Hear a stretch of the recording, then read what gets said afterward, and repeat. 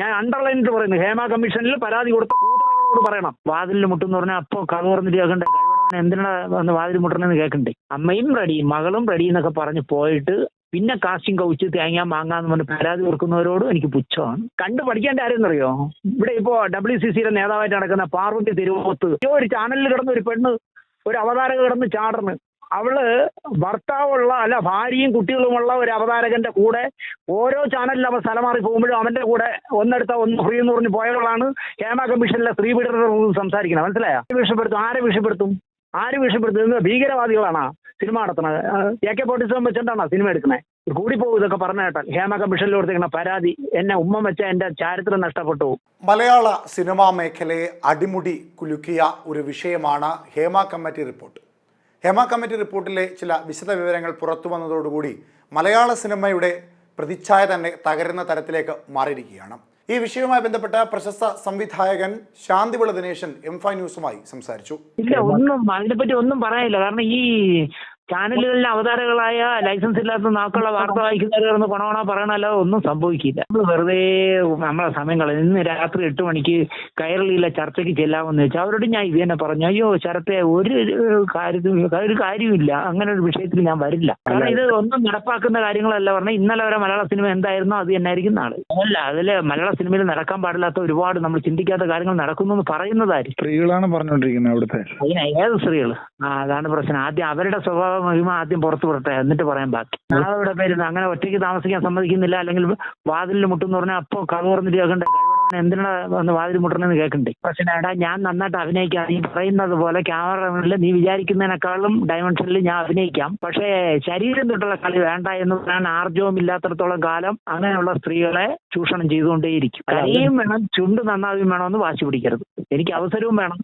ഞാൻ ഇങ്ങനെ ഇങ്ങനെയൊക്കെ എന്നെ ഉപദ്രവിക്കുന്നു എന്നും കൂടെ പറഞ്ഞു നടക്കരുത്. പച്ചയ്ക്ക് പറയണ്ടേ മുഖത്ത് നോക്കി. എനിക്ക് അനുഭവമുണ്ട്, ഞാൻ കണ്ടിട്ടുണ്ട്. ഒരു സ്വഭാവ നടൻ ഒരു വികടൻ ചിരി ഇരിച്ചിട്ട് ഷൂട്ടിംഗ് കഴിഞ്ഞ് പോകാൻ നേരത്ത് മേക്കപ്പ് വെളിച്ചെണ്ണ കൊണ്ട് മുഖം തുടച്ചുകൊണ്ട് ഇറങ്ങി പോണ വഴിക്ക് ഒരു വിടല ചിരി ചിരിച്ചിട്ട് മലയാള സിനിമയിൽ മോശമല്ലാതെ ഒരുപാട് പേർക്ക് ശരീരം പങ്കിട്ടിട്ടുള്ള ഒരു ചേച്ചിയോട്, വരുന്നോടി ഇന്ന് രാത്രി നമുക്കൊന്ന് ആഘോഷിക്കാം എന്ന് പറഞ്ഞു. ഇത്രയും ആളുകളുടെ മുമ്പിൽ വെച്ച് അങ്ങനെ ചോദിച്ചപ്പോൾ ആ ചേച്ചിയുടെ അഭിമാനത്തെ ചോദ്യം ചെയ്ത പോലെ തോന്നി. ആ ചേച്ചി, ഞാൻ അതുകൊണ്ടാണ് ചേച്ചി എന്ന് വിളിക്കുന്നത്. ആ ചേച്ചി അപ്പൊ പറഞ്ഞത്, വീട്ടിൽ പോയി നിന്റെ അമ്മയെ വിളിച്ചോണ്ട് ഓടാന്ന് പറഞ്ഞു. അയാൾ ചമ്മി വിളറിപ്പോയി. മലയാളത്തിൽ ഒരു വലിയ നടന.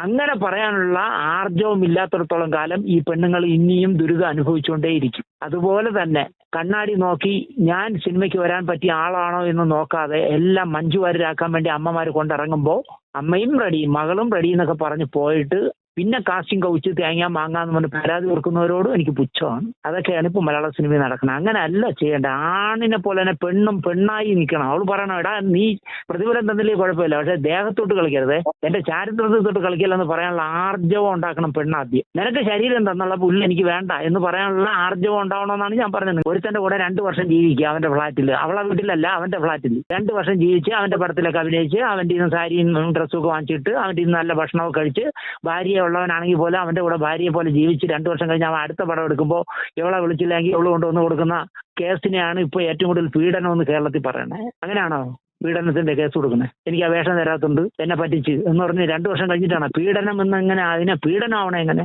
കഴിവടവനെ നീ എന്തോ ചോദിച്ചാൽ നിന്റെ കിടക്കും, നിന്റെ അമ്മയെ പോയി വിളിച്ചോണ്ടാ എന്ന് പറയാനുള്ള കഴിവുണ്ടാക്കണം ആദ്യം പെണ്ണ്. അല്ലാതെ കരഞ്ഞും കൊണ്ട് ചെന്ന് ഹേമ കമ്മീഷന് പരാതി കൊടുക്കല്ല ചെയ്യാൻ. അപ്പൊ ചോദിക്കണ്ട, അല്ലെങ്കിൽ ചെരുപ്പൂര് ഒരൊറ്റ അടിച്ച് വീട്ടിൽ അടിച്ചു കൊടുക്കുന്നുണ്ട്. നീ എന്തോടാ ചോദിച്ചാൽ ശരീരം, എന്റെ ശരീരം നിനക്ക് പങ്കിടണം, നിന്റെ അമ്മയെ പോയി വിളിച്ചോണ്ടാന്ന് പറയുന്നുണ്ട്. ഈ സർക്കാരിന്റെ നികുതി പണത്തിൽ നിന്ന് 1,80,00,000 രൂപ ഞാൻ കേൾക്കട്ടെ.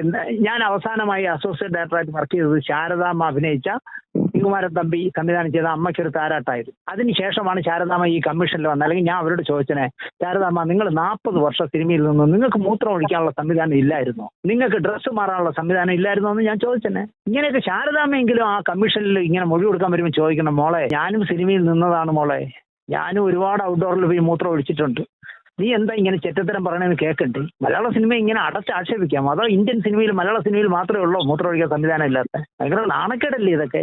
ഞാൻ നാണക്കേടായിട്ടാണ് കരുതുന്നത്. നാണക്കേടാണ് ഇങ്ങനെയൊക്കെ പറഞ്ഞു നടക്കുന്നത്. വെറും മോശത്തരാ. നിങ്ങൾ ആരെങ്കിലും നിർബന്ധിച്ചോ? എനിക്ക് സിനിമ വേണ്ടെന്ന് പറയണ്ടേ? എനിക്ക് നിന്റെ കോപ്പിലെ സിനിമ വേണ്ട എന്ന് പറഞ്ഞ് വേറെ എന്തെല്ലാം ഫീൽഡുകൾ ഈ നാട്ടിലുണ്ട്, എന്തല്ല. ഇപ്പൊ ഒന്നും വേണ്ട, ഞാൻ ചെയ്യുമ്പോൾ ഒരു യൂട്യൂബ് നടത്തിയാലും അന്തസ്സായിട്ട് ജീവിക്കാമല്ലോ. എന്തിനെന്നേ ശരീരം പങ്കുവെച്ച് വേഷത്തിന് വേണ്ടി നടക്കുന്നുണ്ട്? വിട്ടുവീഴ്ച ചെയ്യരുത്. നിന്റെ വീട്ടിൽ ആരെങ്കിലും ഉണ്ടെങ്കിൽ വിളിച്ചോണ്ടാന്ന് പറയാനുള്ള ആർജവം എന്ന് പെണ്ണിനുണ്ടാവോ അന്നേ സിനിമാ രംഗത്ത് പെണ്ണുങ്ങൾക്ക് വ്യക്തിത്വം ഉണ്ടാവും. ഇവിടെ ചില നടികളോട് ഒരുത്തനും മോശമായിട്ടൊന്നും നോക്ക പോലും ഇല്ലല്ലോ. എന്താ നോക്കണമെന്ന് കേൾക്കണം, നല്ല തൻ്റെയുള്ള പെമ്പിളരല്ലേ ഈ ഫീൽഡിൽ. നീ എന്താ എന്നെ ഇങ്ങനെ ഒരു സുറിച്ച് നോക്കണം? എന്താ ഇന്ന് കേൾക്കുന്ന എത്രയോ നല്ല ചങ്കൂറ്റുള്ള പെമ്പിളരുണ്ട്. അതിന് വരെ ഇരിക്കാൻ പറയുമ്പോൾ കിടക്കണവർ കരഞ്ഞിട്ടൊന്നും ഒരു കാര്യമില്ല. എന്നാൽ ഓരോരുത്തരുടെയും ബാക്ക്ഗ്രൗണ്ട് ഉള്ള അന്വേഷിച്ചാൽ എനിക്ക് ഇത്രയും ആർജവത്തോടെ ഞാൻ പറഞ്ഞത് എന്താ അറിയോ, 38 വർഷം സിനിമ എന്നിട്ട് ഒരു പെണ്ണിനോട് നോട്ടം കൊണ്ട് പോലും മോശമായ രീതിയിൽ നോക്കിയിട്ടില്ല ദിനേശ്. അതുകൊണ്ടാണ് പറയുന്നത്, നോട്ടം കൊണ്ട് പോലും ഒരു പെണ്ണിനോട് വ്യഭിചരിക്കുന്ന രീതിയിൽ നോക്കിയിട്ടില്ല. 38 വർഷമായി സിനിമ എന്നിട്ട് എന്റെ ശത്രുക്കൾ പറയില്ലല്ലോ ഞാൻ പെൺവിഷയത്തിൽ കുഴപ്പക്കാരനാണെന്ന്. ചിലപ്പോൾ ഷണ്ടൻ എന്ന് പറയുമായിരിക്കും, അതെനിക്ക് അഭിമാനമേ ഉള്ളൂ. കാരണം ഞാൻ തെളിയിച്ചല്ലോ, എനിക്ക് മോനുണ്ടല്ലോ. പക്ഷേ അങ്ങനെ ഉള്ളതുകൊണ്ടാണ് ഞാൻ ഇത്രയും പറയണേ. അതുകൊണ്ട് ഞാൻ ഒരുപാട് മുഖങ്ങളെ കണ്ടിട്ടുണ്ട് എൻ്റെ പൊന്ന് സ്നേഹിത. ആരൊക്കെ? മമ്മൂട്ടി, മോഹൻലാൽ, പിന്നെ എന്ന് പറഞ്ഞാൽ പൃഥ്വിരാജ് ഉന്നതനാണ്. ഇപ്പൊ മലയാള സിനിമയിൽ കച്ചവട മാർക്കറ്റിംഗ് മൂല്യമുള്ള ആളാണ് പൃഥ്വിരാജ്. അതുപോലെ മാർക്കറ്റിംഗ് മൂല്യമുള്ള ആളാണ് സുരേഷ് ഗോപി. അതുപോലെ മാർക്കറ്റിംഗ് മൂല്യമുള്ള ആളാണ് മറ്റേ ദുൽഖർ. അതുപോലെ മാർക്കറ്റിംഗ് മൂല്യമുള്ള ആളാണ് മമ്മൂട്ടി, മോഹൻലാൽ.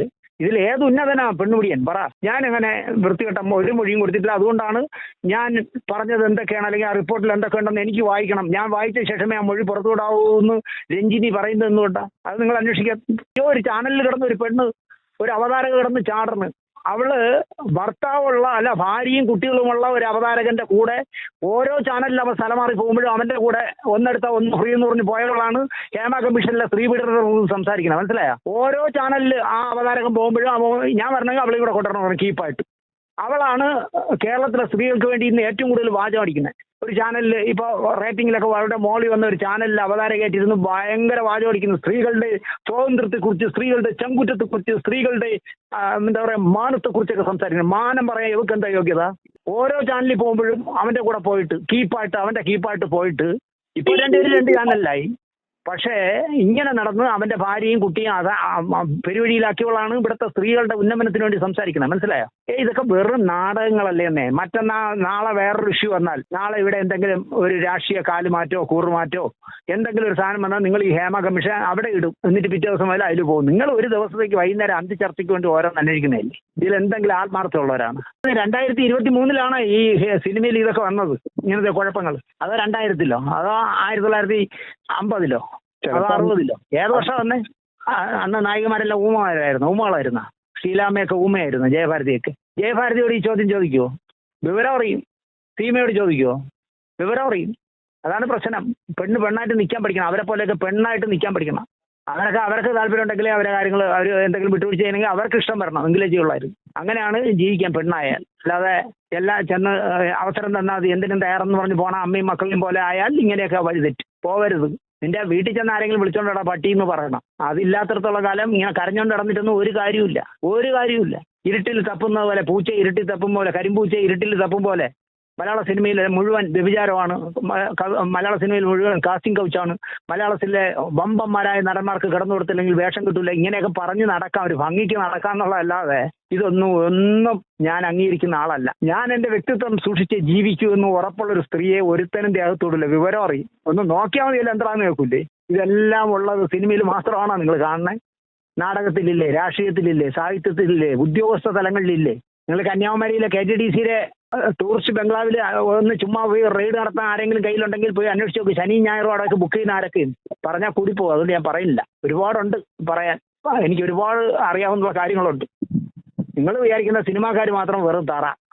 സിനിമയിലുള്ള നടന്മാരും സംവിധായകരും തിരക്കഥാകൃത്തും ക്യാമറമാനും പ്രൊഡ്യൂസറും ഒക്കെ കാമഭ്രാന്ത് പിടിച്ച് നടക്കണവന്മാർ.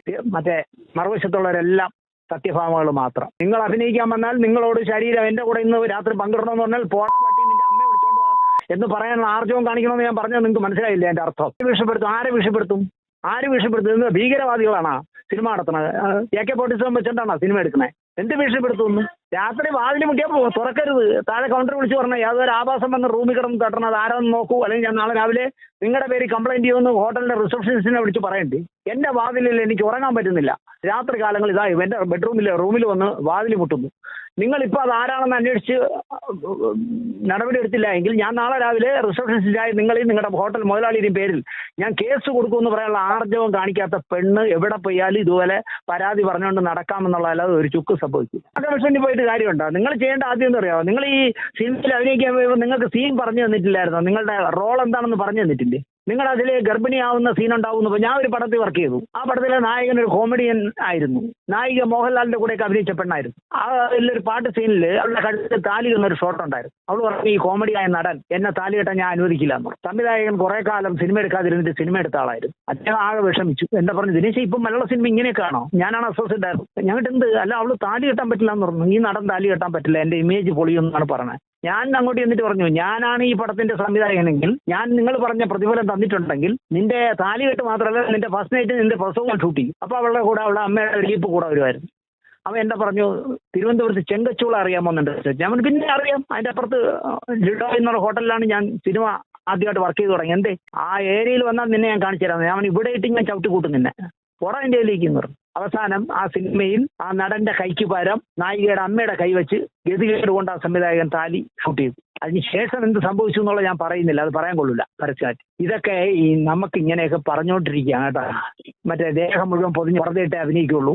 ഞാൻ എന്താ പറയുക, നിങ്ങൾ എന്താ ചോദിച്ചാലും ഇപ്പോൾ അത് ചെയ്യില്ല ഇത് ചെയ്യില്ല, സെക്സ് ചെയ്യാൻ പറഞ്ഞു, ഉമ്മയ്ക്കാൻ പറഞ്ഞു എന്നൊക്കെ പറഞ്ഞാൽ അത് ചെയ്യാൻ പറ്റാത്തൊരു ഇതിനും പോകരുത്. ഞാൻ കേട്ടെ, ഞാനിപ്പോ തൃശ്ശൂരിൽ ശരീരം വിറ്റ് ജീവിക്കുന്ന നന്നി ജമീല എന്ന് പറഞ്ഞ ചെടിയുടെ ആത്മകഥയുടെ റൈറ്റ് ഞാൻ വാങ്ങി വെച്ചിട്ടുണ്ട് ഒരു സിനിമ ചെയ്യാൻ. എന്റെ മനസ്സിലെ സ്വപ്നം എന്ന് പറയുന്നത് ഒരു 10-30 കോടി രൂപ മുടക്കി വിദ്യാബാലനെ വെച്ച് ആ വേഷം ചെയ്യണമെന്നാണ്. നളിനി ജമീല അറിയോ?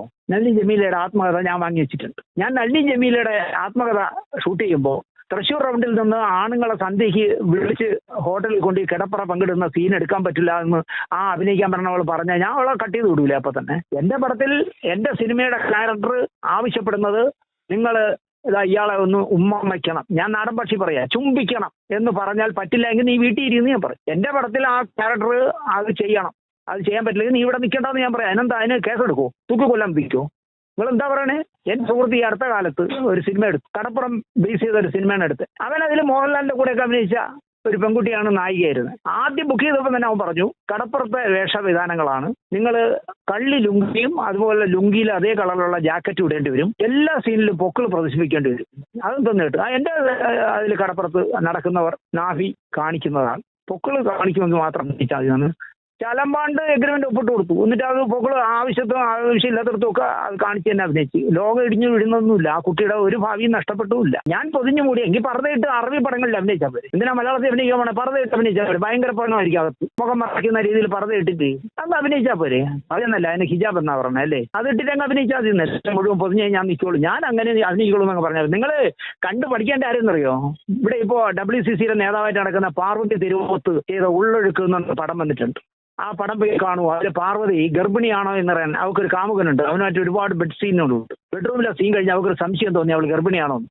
അവൾ ബാത്റൂമിൽ കയറിയിട്ട് ഈ മെഡിക്കൽ സ്റ്റോറിൽ നിന്ന് കിട്ടുന്ന ഒരു സ്ട്രിപ്പ് ഉണ്ടല്ലോ, ഈ പരിശോധിക്കാനുള്ള മൂത്രം പരിശോധിക്കാനുള്ള, ആ മൂത്രം പരിശോധിക്കുന്ന ഒരു ഷോട്ട് ഉണ്ട്. എന്താ പാർവതി പറയാത്തത്? ഞാൻ അഭിനയിക്കാം. അവൾ നടിയാണെന്നേ 101%. ബോൺ ആർട്ടിസ്റ്റാണ് പാർവതി. അതുകൊണ്ടാണ് പാർവതി തിരുവോത്ത് ആ സീൻ ചെയ്തത്. അതുപോലെ തന്നെ അവള് ഒരല്പം നഗ്നതയോടെ ആ കാമുകന്റെ കൂടെ കട്ടിൽ കിടക്കുന്നത്, വേറെ ഭർത്താവുള്ള ആളാണ്, കാമുകന്റെ ബെഡ്റൂമിൽ കിടക്കുന്ന ഒരു സീനുണ്ട്. എന്ത് മനോഹരമായിട്ട് അഭിനയിച്ചു. ആരെങ്കിലും അവരെ നഗ്നത നോക്കിക്കൊണ്ടിരുന്ന സ്ക്രീനിൽ? ഞാൻ നോക്കിയില്ല. അങ്ങനെ നോക്കിക്കൊണ്ടിരിക്കുന്നവന് ഞരമ്പ് രോഗമെന്ന് ഞാൻ പറയും. അല്ലെങ്കിൽ ഈ ടോയ്ലറ്റ് കയറി മൂത്രം പരിശോധിക്കുന്ന സീൻ കണ്ടപ്പോൾ എനിക്ക് വികാരം ഉണ്ടായെന്ന് പറഞ്ഞാൽ ഞാൻ ഞരമ്പ് രോഗി എന്നാണ് എൻ്റെ അർത്ഥം. അങ്ങനെയൊക്കെ വേണം എൻ്റെ പൊന്നനിയ ഇതൊക്കെ കാണാൻ. അല്ലാതെ എന്നോട് സംവിധായകൻ ഉമ്മ വയ്ക്കണമെന്ന് പറഞ്ഞു, നഗ്നത പ്രദർശിപ്പിക്കണമെന്ന് പറഞ്ഞു എന്നൊക്കെ പറഞ്ഞാൽ വീട്ടിൽ ഇരിക്കണമെന്നേ, പോകരുത്. കഥാപാത്രത്തിന് അനുയോജ്യമായ ഞങ്ങളുടെ അവളുടെ രാവുകൾ എന്ന സിനിമയിൽ നനഞ്ഞൊട്ടിയ അടിവസ്ത്രങ്ങളൊന്നും ഇല്ലാത്തൊരു വെള്ള ഉടുപ്പിട്ടാണ് സീമ അഭിനയിച്ചത്. സീമയുടെ എന്തെങ്കിലും ചാരിത്രത്തിന് ദോഷം വന്നോ? അവർ ഇന്ത്യയിൽ അറിയപ്പെടുന്ന നടിയായി മാറി. ഇന്ത്യയിൽ അവരുടെ, നിങ്ങൾ എത്ര പ്രായമുണ്ടെന്ന് എനിക്ക് അറിഞ്ഞൂടാ, അവളുടെ രാവുകളുടെ പോസ്റ്റർ എന്ന് പറയുന്നത് ഈ വെള്ള ഉടുപ്പിട്ട്, നനഞ്ഞ വെള്ള ഉടുപ്പിടുമ്പോൾ നിങ്ങൾക്ക് അറിയാലോ, ബ്രസ്റ്റ് അടക്കം ഒട്ടിയിരിക്കുക ആ തുണിയിൽ. കാലിലെ തുടയിൽ നിന്ന് ശകലം ഉടുപ്പ് പൊക്കി നോക്കുന്ന ഒരു പോസ്റ്ററാണ് കേരളം മുഴുവൻ ഒട്ടിച്ചത്. ആ സീമ സംസ്ഥാന അവാർഡൊക്കെ എന്തെല്ലാം വാങ്ങി, അവരുടെ എന്തെങ്കിലും നഷ്ടപ്പെട്ടോ ചാക്രിയോല്? ഇതൊക്കെ ചുമ്മാ ജാട വർത്താനങ്ങളല്ലേ എന്നേ, വെറും ജാട വർത്താനങ്ങളല്ലേ പറയണേ. എന്തെങ്കിലും ഇതുമായിട്ട് വല്ല ആത്മാർത്ഥയോടാണ് ഈ സംസാരിക്കുന്നത്. എന്നോട് കിസ് ചെയ്യാൻ പറഞ്ഞു, ലിപ് ലോക്ക് പറഞ്ഞു. ശ്വേതാ മേനോൻ എന്ന് പറഞ്ഞ നടി ഗർഭം, അവരുടെ സ്വന്തം ഗർഭം പ്രസവം ക്യാമറയ്ക്ക് ഷൂട്ട് ചെയ്യാൻ സമ്മതിച്ചു കൊടുത്ത നടിയാണ് ഈ കേരളത്തിലുണ്ടായിരുന്ന ശ്വേത. കാല് കഴുകി കുടിക്കുന്ന അവരുടെയൊക്കെ ഇങ്ങനെ പരാതി കൊടുത്ത ഹേമ കമ്മീഷനിൽ പരാതി കൊടുത്ത കൂതറകളോട് പറയണം. ഞാൻ അണ്ടർലൈനിട്ട് പറയുന്നു, ഹേമ കമ്മീഷനിൽ പരാതി കൊടുത്ത കൂതറകളോട് പറയണം ശ്വേതാ മേനോനെ കണ്ടുപിടിക്കാൻ. സ്വന്തം പ്രഭം ക്യാമറയിൽ ഷൂട്ട് ചെയ്തോളാം കഥാപാത്രം ആവശ്യപ്പെടുന്നതുകൊണ്ട് കളിമൺ എന്ന് പറഞ്ഞ ബ്ലസീയുടെ പടത്തിലേക്ക് ഷൂട്ട് ചെയ്ത് കൊടുത്ത ആളാണ്. അല്ലെങ്കിൽ തന്മാത്ര എന്ന് പറഞ്ഞ പടത്തിൽ അഷ്മേഴ്സ് ബാധിച്ച മോഹൻലാൽ ചെയ്ത രമേശൻ നായർ എന്ന് പറഞ്ഞ ക്യാരക്ടർ ഭാര്യയുമായി ബന്ധപ്പെടുമ്പോഴാണ് ആദ്യമായിട്ട് ചുവരിലൊരു ഈച്ചയോ കൊതുകോ എന്തോ ഇരിക്കുന്ന കണ്ടിട്ട് അയാൾ ഈ ലൈംഗിക വേഴ്ച മറന്നു പോകുന്നു. പൂർണ്ണ നഗ്നനായിട്ട് അഭിനയിച്ച ആളാണ് മോഹൻലാൽ.